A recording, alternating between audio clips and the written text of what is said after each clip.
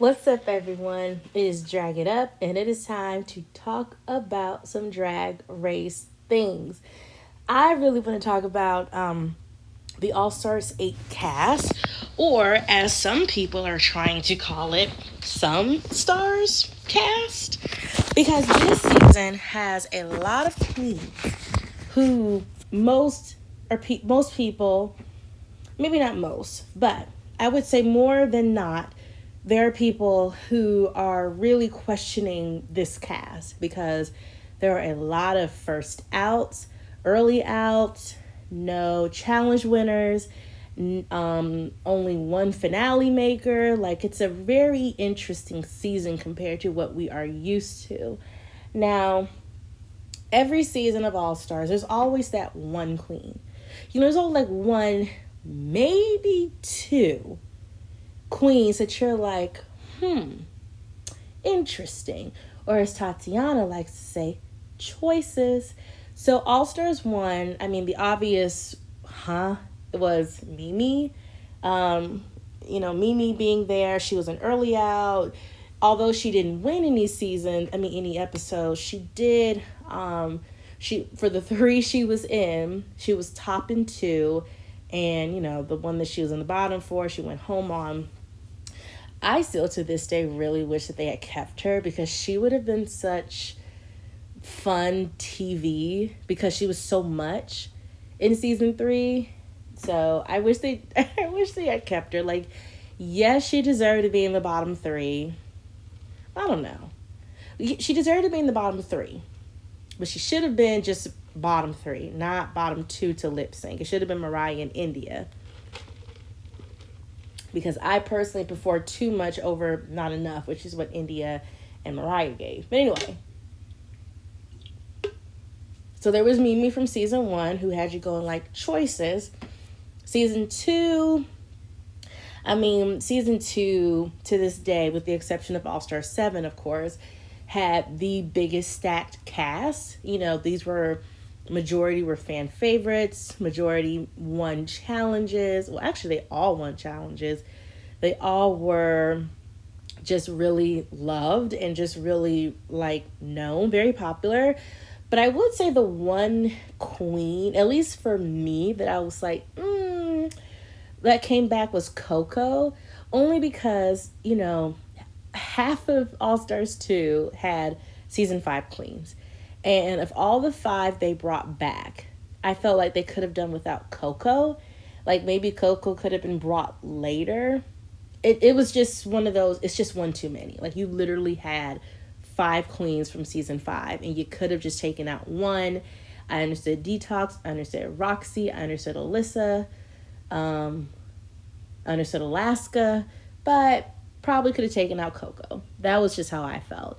And then maybe another choice type, like eyebrow raise choice, was Tatiana, only because and I only think the reason why some people were interested or confused about Tatiana was because she was a season 2, because it had been 4 years since the last All-Star.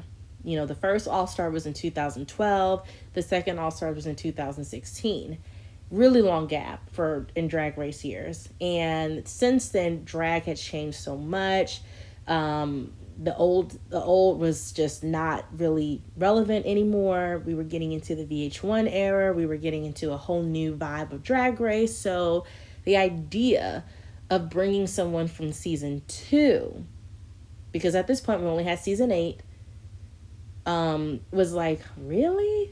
Season 2? We got way more to work with from 4, 5, and 6, and 7. But, Tatiana was a great choice. She continues to be amazing. I want to see her come back. Season 3, I'm trying to think. Who from season 3 might have been All Stars 3? Maybe Morgan a little bit, I feel like, because Morgan to me just didn't really stand out so much for how well she did on Drag Race, minus the first challenge win that she got. But but I would say probably BB was why? She's from season 1. We haven't seen any season 1 queens in a minute. and she was a winner. What's up? Season 4, I think people were a little confused on why people like Farrah and Gia were there. I mean, it was clear Gia was there for the drama, but Farrah, I didn't get Farrah while she was there. Maybe even Jasmine Masters a bit. These are just, like I said, these were queens that didn't really shine on their original season. They also weren't necessarily shining outside like that. So it was just like Season 5, people were a little bit confused about maybe Mayhem. Who was it? India for sure. And I would also say Mariah. Those 3 queens. It was, so as you can see, it's like increasing. It's like, okay, you're slowly bringing more and more queens that were a little bit, we didn't see coming for an All-Stars. And then season 6, we had lots of queens that were a little bit like, what are y'all doing? Serena, Jiggly, Raja, even Sonique, Kylie Sonique Love. It was like, But with the exception of maybe Serena and a little bit Jiggly, they all turned out to be great. But those are just a few, very few queens that you were like, okay. This season, All Stars 8, there are so many queens that you're like, okay, I'm a little confused because there's a lot of early outs. I feel like in Drag Race, we see early outs as anyone who went out between 1st and maybe 5th or 6th. Just because the cast is so big nowadays, once you get down to the single digits, you're considered an early out. Like if you are out with a double-digit placement, you're an early out. And we have a lot of queens on All Stars 8 that have that placement. Also, a lot with no challenge wins. Almost everyone, with the exception of Candy, did not make it to the finale. So, and usually you always have at least maybe 3 or 4 queens that were almost there. That were almost at the finale. So to have this season, they're the only one. It's like, okay, what y'all got going on? So it's led people to try to recall this season some stars cast. And I don't know. I don't agree with that. It's more so just like a curiosity because I think as long as you've kept basic human decency outside of the show, I think every queen deserves to come back and shine, especially the ones that didn't really seem to shine their original season. Because there's always that curiosity of what if? What if they weren't ready when they came on and they needed more time? What if they had just made it to this episode, like a snatch game or a design challenge or a ball or something like that? And I feel like this season sets that up for these queens. But I would say that there is a strong sense of, well, if they allow this queen to make it to that challenge, then they'll probably get the shine that they never had, because there were some queens that we missed out on who missed out on challenges that felt like that could have been what would have given them much more flowers when they leave the show. So I'm going to say some queens who I am not confident of doing much better than their original season. And that is Monica and Naysha. I genuinely see those two as being early outs again. I don't see them making past the first couple of episodes. We'll see. Only because I just do not know what they would bring to the season. That's the thing. If you have an idea of what you think a queen will bring to a season, like when they come back for All Stars, it makes it more fun to guess how far they might go or what they'll turn out. But Monica and Naysha, it's kind of like, I don't know what they could bring, which makes me not have confidence in how well they'll do in the season. I mean, I know Naisha is very well known for doing her Roscoe recap every episode with Drag Race. I wonder who's going to do it for All-Star season. That'll be interesting if she'll be back for that. But, unless it's something where they get to host, which, let's be honest, they don't really do a lot on Drag Race unless it's like a live talking segment. I don't know what she would shine in. Monica, she all but quit drag. I know it was personal to help her mentally grow, physically grow for her transition and everything, which is great for her. But I don't really know what she could bring. We saw her do a good lip sync and we saw her do a bad lip sync. So it's not like we feel like she's a lip syncing queen and she just lost against a really great lip syncer. Because although Coco is amazing, Monica did not give her much of a fight. Coco didn't have to go that hard because Monica wasn't giving it for her to have to go that hard. You know what I mean? So because of that, I'm like, Now, these are queens that I could see maybe doing about the same,